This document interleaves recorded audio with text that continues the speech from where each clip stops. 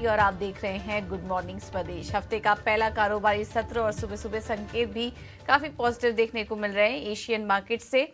और इसके अलावा एशियाई बाजारों का तो हाल हम आपको बताएंगे ही, उसी के साथ ही साथ आगे विश्वमोहन हमारे साथ जुड़ेंगे जो कि आपको बताएंगे ग्लोबल मार्केट से और किस तरह के संकेत मिल रहे हैं। साथ ही साथ खबरों वाले शेयर्स और ओवर द वीकेंड ढेर सारे अहम कंपनियों के नतीजे भी आए हैं, तो कुछ चुनिंदा कंपनियों के नतीजे जो कि काफी इंपॉर्टेंट होंगे वो भी आपके सामने रखेंगे। इसके अलावा कमोडिटी मार्केट में रणनीति और ब्रोकरेज हाउस की रिपोर्ट भी एक एक करके आपके सामने रखेंगे। लेकिन सबसे पहले शुरुआत कर लेते हैं एशियाई बाजारों से और काफी अच्छी शुरुआत यहां पर नजर आ रही है। पॉजिटिव संकेत मिल रहे हैं गिफ्ट निफ्टी से, हरे निशान में है, करीब 21 अंक ऊपर 19,448 के पास, करीब 150 अंक ऊपर और 19,450 के पास कारोबार कर रहा है गिफ्ट निफ्टी। और अगर बाकी एशियाई बाजारों को देखेंगे तो वहां से भी संकेत अच्छे हैं।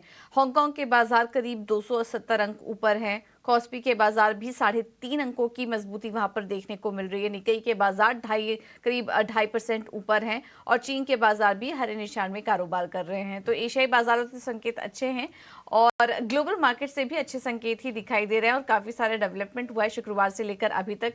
एक बार वो समझ लेते हैं और सीधे चलते हैं मुंबई स्टूडियो विश्वमोहन के पास, वो हमें बताएंगे कि ग्लोबल मार्केट में और किस तरह का एक्शन देखने को मिल रहा है। गुड मॉर्निंग विश्वमोहन, बताइए किस तरह के संकेत मिल रहे हैं इस वक्त। जैसा आप बता रही थी कि गिफ्ट निफ्टी में जबरदस्त तेजी है, करीब 150 अंक ऊपर है, एशियाई बाजार काफी मजबूत है। अमेरिकी की बाजारों की बात करें तो फ्राइडे के सेशन में जबरदस्त तेजी दिखी। यहाँ देखिए 222 अंकों की तेजी, डाउ जोन्स, नैस्डैक, S&P यहाँ पर भी 1% से 1.5% तक की तेजी दिखी। 2023 का सबसे शानदार हफ्ता पिछला हफ्ता अमेरिकी बाजारों के लिए रहा था। 3 मेजर कारण है जहां पर सबसे अच्छी तेजी दिखी। सबसे बड़ी वजह यह है कि सॉलिड अर्निंग्स वहां पर देखने को मिली। पिछले हफ्ते जो भी नतीजा ज्यादातर जोरदार रहे, उससे तेजी दिखी और तीनों इंडेक्स 5 से 7% चढ़कर बंद हुए।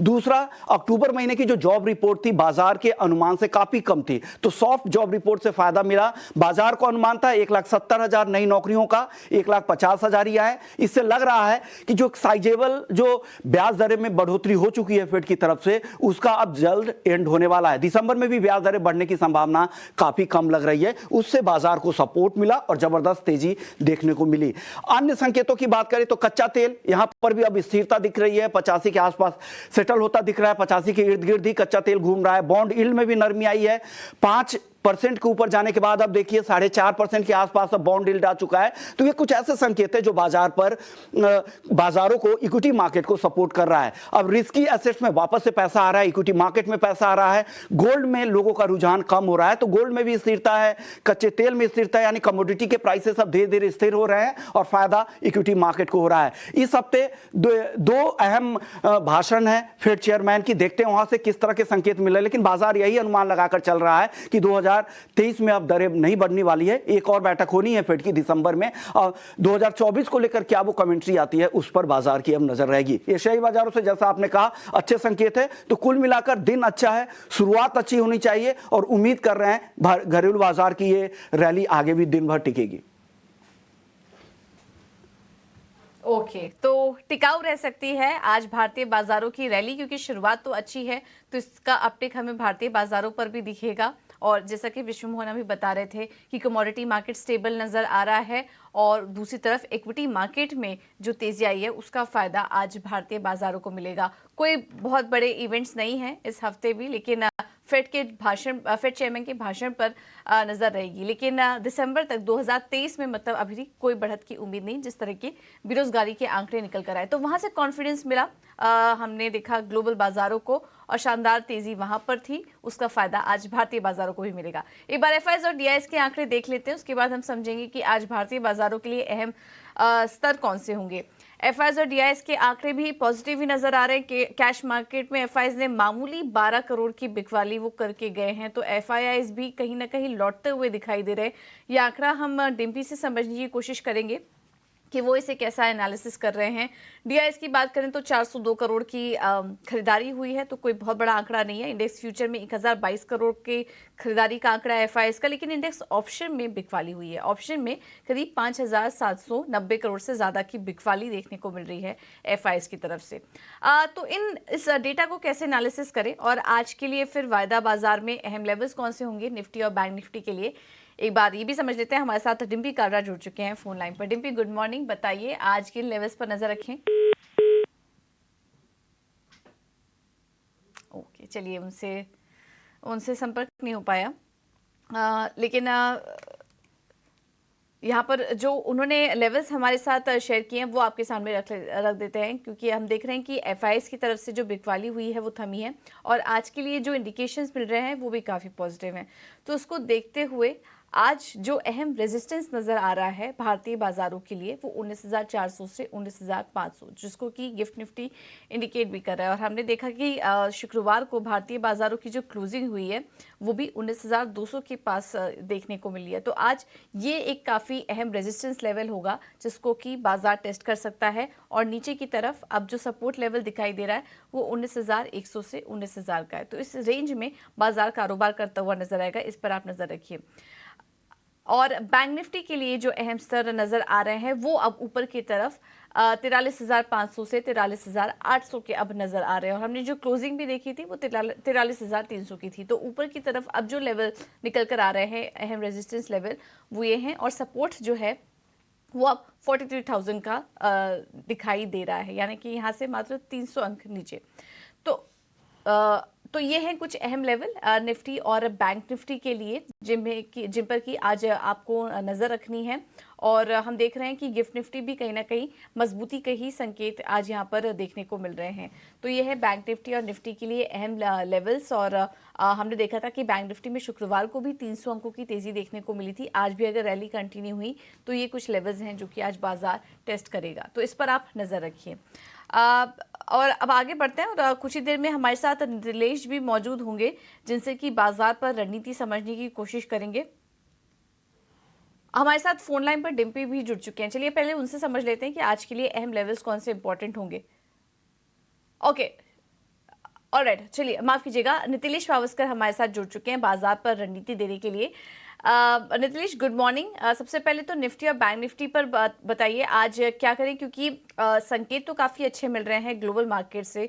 उसको देखते हुए किस लेवल पर आज खुलने के संकेत आप देख रहे हैं बाजार के लिए, और क्या आज की जो तेज़ी है वो टिकाऊ रहेगी? ऐसे में कोई ट्रेड लेना चाहिए इंडेक्स पे?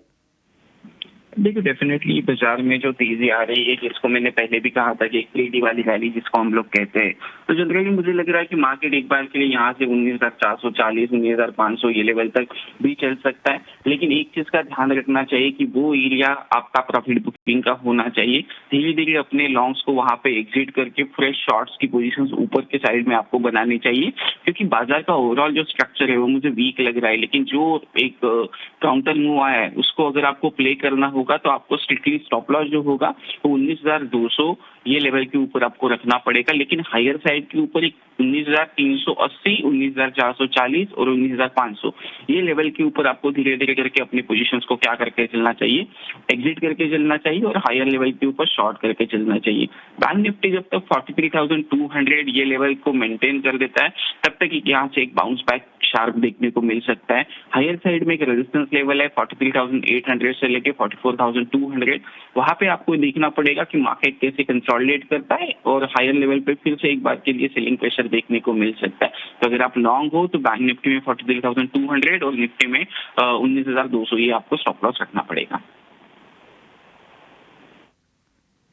ठीक है, तो हायर साइड पर थोड़ा बिकवाली करके चलिए, पोजीशन को यहाँ पर अपने वाइंड अप करने की कोशिश कीजिए, ये है राय नीलेश की। नीलेश, इसके अलावा स्टॉक स्पेसिफिक रणनीति क्या अपना के चले? देखिए दोनों स्टॉक मेरे बाय साइड के हो गए। मुझे लग रहा है कि यहाँ पे अच्छा खासा मोमेंटम दिखने को मिल सकता है। पिडिलाइट में हमें बाइंग कॉल लेके चलेंगे। 2465 एक इम्पॉर्टेंट लेवल है, इसके ऊपर निकलेगा तो हम लोग बाइंग करके चलेंगे। 2430 रुपए हमारा स्टॉप लॉस होगा। 2510 से लेके 2530 ये हमारा टारगेट होगा। दूसरा जो मेरा बाई कॉल होगा वो होगा टाटा कंज्यूमर। थोड़ा सा 910 रुपए के आसपास अगर मिलता है तो यहाँ पे लॉन्ग करके चलना चाहिए। 890 रुपए का स्ट्रिक्टली स्टॉप लॉस हम लोग मेंटेन करेंगे। 940 से लेके 950 ये टारगेट के लिए हम लोग प्लान करेंगे। थोड़ा सा ये वीक के लिए मैं प्लान करूंगा, लेकिन कंडीशन एक ही होगा, अगर कुछ बड़ा गैप अप या फिर गैप डाउन होता है तो स्टॉक को अवॉइड करना चाहिए। ठीक है, तो पिडिलाइट खरीदारी करके चलिए, लेकिन 2465 के ऊपर, और टारगेट देख रहे हैं 2510 से 30 का, और टाटा कंज्यूमर भी यहाँ पर खरीदारी करके चलिए 940 से 50 के लेवल्स के लिए, लेकिन कंडीशनल कॉल है, स्टॉप लॉस और टारगेट का ध्यान रखिए। ये है सलाह नितिलेश की तरफ से। आगे कुछ और भी ट्रेडिंग आइडियाज आपके सामने हम रखेंगे, लेकिन अब बढ़ते हैं खबरों वाले शेयर्स और नतीजों की तरफ। शरद हमारे साथ जुड़ चुके हैं। शरद, गुड मॉर्निंग। सबसे पहले तो नतीजे बताइए। ओवर द वीकेंड काफी ढेर सारे नंबर्स आए हैं, तो अहम नतीजे कौन कौन से थे? बिल्कुल, सबसे पहले अगर अर्निंग्स के बारे में बात करें तो एसबीआई के नतीजे जो है largely inline set of numbers आए हैं। हालांकि एसेट क्वालिटी जो है वहाँ वो स्टेबल देखने मिला है। इंटरग्लोब एविएशन के बारे में बात करें तो यहाँ पे अनुमान से बेहतर नतीजे देखने मिले हैं। हालांकि कुछ वन ऑफ्स आए थे, उसके कारण जो नंबर्स हैं पैट के, वहाँ पे इम्पैक्ट ज़रूर देखने मिले हैं। हाल ही में लिस्टेड कंपनी जेएसडब्ल्यू इंफ्रा के बारे में बात करें तो Q2 नंबर्स में एक अच्छी स्ट्रेंथ देखने मिली है और मार्जिन्स में भी जो है एक अच्छी इंप्रूवमेंट आई है। बैंक ऑफ बड़ौदा के largely inline set of numbers आए हैं, जहां पे एनआई का ग्रोथ लगभग 6% से ज़्यादा ईयर ऑन ईयर बेसिस पे हुआ है। हालांकि एसेट क्वालिटी स्टेबल है। वेदांता के नतीजे जो हैं स्ट्रॉन्ग आए हैं और अगर बात करें तो यहाँ पे इनके मार्जिन्स में जो है वहाँ पे एक अच्छी मूवमेंट देखने मिली है। और ओवरऑल अगर रेवेन्यू की बात करें तो 16% सीक्वेंशियल बेसिस का ग्रोथ आया है। गोदावरी पावर भी फोकस में रहेगा, स्मॉल कैप स्पेस की कंपनी है, लेकिन इनके मार्जिन्स में एक अच्छी इंप्रूवमेंट आई है। रेवेन्यू में भी स्ट्रेंथ देखने मिला है, हालांकि फ्लैटिश आए है। जेके सीमेंट एक स्टैंड आउट अर्निंग्स आया है, स्ट्रॉन्ग सेट ऑफ नंबर्स आया है और बस भी है बाजार के जो उनके पीयर सेट है उनमें सबसे बढ़िया परफॉर्मेंस अभी तक Q2 में देखने मिली है और मार्जिन्स में भी 300 बेसिस पॉइंट्स का ईयर ऑन ईयर बेसिस पे ग्रोथ आया है। आरती इंडस्ट्रीज़ की भी बात करते हैं, जहाँ पे नतीजे जो अनुमान से बेहतर आए हैं और यहाँ पे रेवेन्यू की बात करें तो ये सारे जो आंकड़े आ रहे ईयर ऑन ईयर बेसिस पे ज़रूर कम है, लेकिन जो अनुमान है उससे बहुत बेहतर आए हैं, तो स्टॉक में पॉजिटिव रिएक्शन देखने मिल सकता है। और जो आखिरी स्टॉक फोकस में रहेगा वो है CCL प्रोडक्ट्स। यहाँ पे बात करें तो यहाँ पे मार्जिन्स में हालांकि थोड़ी प्रेशर ज़रूर आए, लेकिन जो टॉप लाइन वहाँ पे 20% का ईयर ऑन ईयर बेसिस पे ग्रोथ देखने मिला है। बिल्कुल, बहुत बहुत शुक्रिया शरद आपका ये सारे अपडेट्स देने के लिए। तो ये तो बात हुई खबरों वाले शेयर्स की, नतीजों वाले शेयर्स की, लेकिन खबरों वाले शेयर्स कौन कौन से हैं ये भी समझ लेते हैं। शरद हमारे साथ बने हुए हैं पूरा अपडेट लेकर। शरद बताइए खबरों वाले शेयर्स कौन कौन से थे? जी बिल्कुल, इंपॉर्टेंट मैनेजमेंट कमेंट्री वाले जो स्टॉक्स है वो फोकस में आज रहने वाले हैं हमारे खबरों वाले शेयर्स में। सबसे पहले टाइटन के बारे में बात करते हैं। यहाँ पे एक्सपेक्ट करें कि जो मार्जिन गाइडेंस है वो 12 से लेकर 14% तक मेंटेन होगा वित्त साल 2024 में। हालांकि डायमंड प्राइजेस की जो प्राइस गिरावट हुई है तो उसके कारण जो है कंपनी में मार्जिन्स में दबाव देखने मिल सकता है और ये डाइल्यूशन मार्जिन का अगले 7 से लेकर 8 महीने तक हो सकता है। दूसरा स्टॉक फोकस में रहेगा मैनेजमेंट कमेंट्री में, वो है एस्कॉर्ट्स। यहाँ पे उनके जो वॉल्यूम्स है वो एक्सपेक्टेड है कि वो डिग्रोथ हो सकते हैं 10 से 15% तक ईयर ऑन ईयर बेसिस पे वित्त साल 2024 के लिए। और वही जो कैपेक्स गाइडेंस है उसको भी कम कर दिया गया है। पहले जो कैपेक्स गाइडेंस था 300 से 350 करोड़ का था और अब जो है घटा के 200 से 250 करोड़ कर दिया गया है। रिलैक्सो फुटवेयर भी फोकस में रहेगा और यहाँ पे ऑफकोर्स सेकेंड हाफ के लिए जो है कंपनी एक्सपेक्ट करी है डबल डिजिट रेवेन्यू ग्रोथ का। और जैसे रॉ मटेरियल प्राइस में जो है गिरावट देखने मिली है तो आगे जाते हुए कंपनी का कहना है कि जो डिस्ट्रीब्यूशन चैनल पे वो ज़्यादा फोकस करेंगे और प्राइस कट पे उतनी फोकस नहीं रहेगी। इसके अलावा बात करते हैं नोसिल की, तो यहाँ पे कंपनी ने कहा है कि दूसरे तिमाही की जो इम्पैक्ट थी वो एग्रेसिव डंपिंग जो चाइना के मार्केट से देखने मिल रही थी उसके कारण कंपनी को एक एडवर्स इम्पैक्ट देखने मिला था। लेकिन अभी भी डिमांड के बारे में बात करें तो अभी भी वो लोअर साइड में है यूरोप के सेगमेंट में। नोसिल जो है केमिकल्स बनाती है जो आपके टायर स्पेस में भी लगता है। इंडिगो की बात करें तो यहाँ पे लार्जली थोड़ी नेगेटिव कमेंट्री देखने मिल रही है। लगभग 40 एयरक्राफ्ट उनके ग्राउंडेड है और कंपनी ने कहा है कि और भी एयरक्राफ्ट थोड़े ग्राउंडेड हो सकते हैं। जो लीज कॉस्ट है एडिशनल एयरक्राफ्ट की उसमें जो है प्राइस की एस्केलेशन देखने मिल सकती है। और आखिर में जो यील्ड्स है जो ऑफकोर्स थोड़े प्रेशर में आए थे एयरक्राफ्ट के, और Q3 जनरली जो सीजनली वीक क्वार्टर होता है एयरवेज के लिए, यहाँ पे आप देख सकते हैं कि यील्ड्स में जो है अपटिक देखने मिल सकता है क्योंकि अब हॉलीडे सीजन में भी जो है तब्दील हो रही है बाजार। और यहाँ पे देखें तो लगभग नवंबर और दिसंबर से जो है यील्ड्स में स्ट्रेंथ देखने मिल सकता है। इसके अलावा कैंपस एक्टिववेयर में 20% इक्विटी जो है लॉक इन पीरियड से बाहर आएगा और मैनकाइंड फार्मा यहाँ पे लगभग 70% इक्विटी जो है लॉक इन पीरियड से बाहर आने वाली है वो आपके प्रमोटर्स के। ओके, बहुत बहुत शुक्रिया शरद आपका ये सारी जानकारी देने की। अब बात करते हैं कमोडिटी मार्केट की और रणनीति बताने के लिए हमारे साथ जुड़ गए हैं कुंवर ग्रुप के Ravi Deora. Ravi, thank you so much ji now Swadesh को समय देने के लिए। तो कमोडिटी मार्केट तो ओवरऑल स्टेबल नजर आ रहा है। सोने चांदी में हमने देखा कि वहां पर हल्की एक तेजी आई थी, बाइंग यहाँ पर नजर आ रही है। अब आगे के लिए लेवल्स आप क्या वॉच करेंगे, क्योंकि अब धीरे धीरे हम धनतेरस को, फेस्टिव सीजन को भी अप्रोच कर रहे हैं, तो ऐसे में सोने चांदी को किस तरह से ट्रेड करना चाहिए? Good morning. डेफिनेटली थोड़ा आज एक सबड्यूड क्यूज है, कोई बड़े उतार चढ़ाव के एक्सपेक्टेशंस नहीं है, क्योंकि जो लास्ट वीक में इम्पोर्टेंट इवेंट्स थी, जिसमें 3 सेंट्रल बैंक की policy as well as US के जॉब डेटा, ये सारा कुछ थीम आ चुका है। तो मुझे लग रहा है कि एक रेंज बाउंड एक लेकलस्टर मोमेंटम के लिए तैयार रहना है। बट यस, जिस हिसाब से मोमेंटम में पॉजिटिव बना हुआ है गोल्ड सिल्वर का, जिसमें सिल्वर में एक अच्छा परफॉर्मेंस है, मुझे लग रहा है कि सिल्वर में बाय करना चाहिए। 72,000 के करीब सिल्वर दिसंबर फ्यूचर बाय करें। 72,900 के टारगेट के लिए 71,600 तक के लेवल आपको 1 से 2 ट्रेडिंग सेशन में दिखने चाहिए। ठीक है, तो सिल्वर में खरीदारी करके आप चल सकते हैं 72,900 के टारगेट्स के लिए। रवि, इसके अलावा बेस मेटल्स में क्या कई मौके देख रहे हैं आप? इसमें आज एक शॉर्ट कवरिंग का लेवल ड्यू है। पर्टिकुलर लग रहा है कि एल्यूमिनियम एंड कॉपर जैसे मेटल्स आज आउट परफॉर्म कर सकते हैं, जिसमें एल्यूमिनियम पे बाइंग की रिकमेंडेशन रहेगी। नवंबर फ्यूचर बाय करें, टारगेट इंट्राडे 210 का रहेगा। 203.80 के स्टॉप लॉस के साथ आप एल्यूमिनियम के नवंबर फ्यूचर में बाय कर सकते हैं। ओके, थैंक यू रवि आपका समय देने के लिए, ये रणनीति सुझाने के लिए। तो एल्यूमिनियम में खरीदारी करने की सलाह, और इसके अलावा सिल्वर भी अच्छा लग रहा है, यहाँ पर भी तेजी की सलाह है रवि की तरफ से।